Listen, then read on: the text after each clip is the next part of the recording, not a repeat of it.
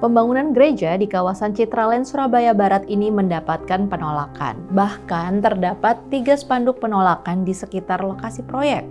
Yang bikin publik tuh langsung geram tuh salah satu spanduk itu secara terang-terangan mengatasnamakan warga Muslim. Mereka menyebut pembangunan gereja tuh belum mendapatkan kesepakatan atau persetujuan warga. Bahkan ada spanduk yang menulis, "Jangan tuduh warga intoleran. Gereja ini dibangun tanpa izin warga DK Kukun RT 01 RW 05 yang masih wilayah kami." Kalau cuma melihat isi spanduknya, wajar publik tuh menangkap kesan bahwa warga Muslim tuh sedang menolak pembangunan gereja. Apalagi spanduk lainnya tuh bahkan meminta pembangunan dihentikan dan memperingatkan jangan salahkan kami bila stop pembangunan. Penolakan ini kemudian ramai di media sosial dan dianggap sebagai contoh baru intoleransi terhadap gereja di Surabaya. Penolakan gereja ini juga ikut dikritik influencer Permadi Arya alias Abu Janda. Kok bisa sih di Surabaya ada penolakan gereja kayak gini? Kirain arek-arek Surabaya waras kabeh, tulis Abu Janda di akun Instagramnya. Tapi tunggu dulu, benarkah warga di Citraland memang menolak gereja karena alasan agama? Setelah persoalan ini diklarifikasi, warga dan pemerintah kota Surabaya ternyata duduk perkaranya tidak sesederhana itu. Warga RT 01 RW 05 Dukuh Kukun mengatakan mereka tuh sebenarnya tidak mempermasalahkan pembangunan gereja.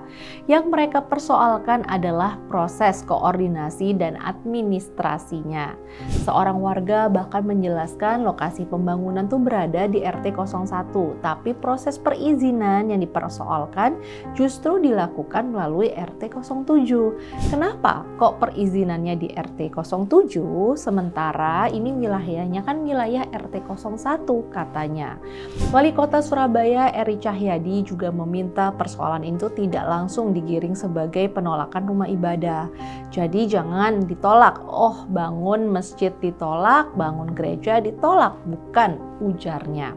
Menurut Eri, pemerintah tuh perlu mengecek kembali site plan, fasilitas umum, analisis dampak lalu lintas, hingga dampak lingkungan dari pembangunan tersebut.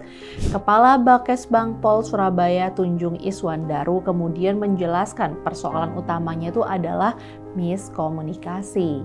Kebutuhan komunikasi saja, ya antara warga dan pihak gereja itu saja, ujarnya.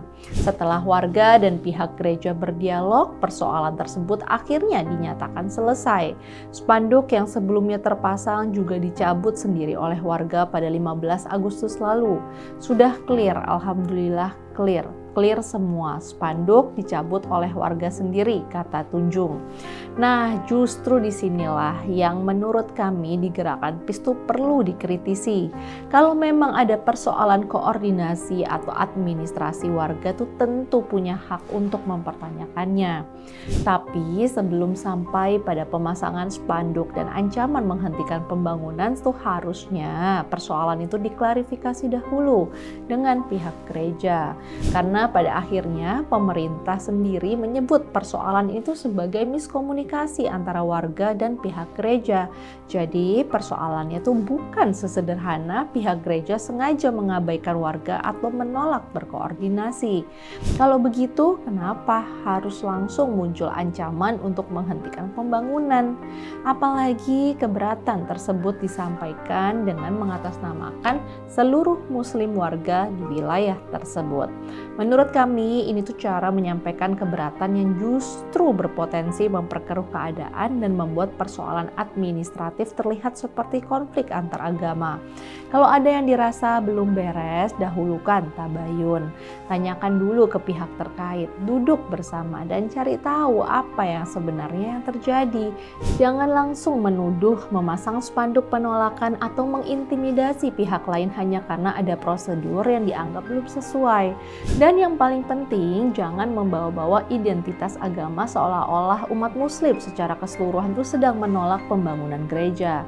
Kami percaya keberatan terhadap pembangunan rumah ibadah itu boleh disampaikan selama memang ada dasar yang jelas dan ditempuh melalui prosedur yang semestinya. Tapi penyelesaiannya harus melalui komunikasi, dialog, dan aturan yang berlaku, bukan intimidasi atau tekanan massa. Karena kalau ternyata masalahnya sebenarnya hanya miskomunikasi. Cara-cara seperti ini tuh justru bisa membuat persoalan yang sebenarnya sederhana tuh menjadi konflik antar umat beragama. Yuk, dahulukan tabayun bila ada masalah dan jangan melakukan tindakan intimidatif untuk menghalangi pendirian rumah ibadah.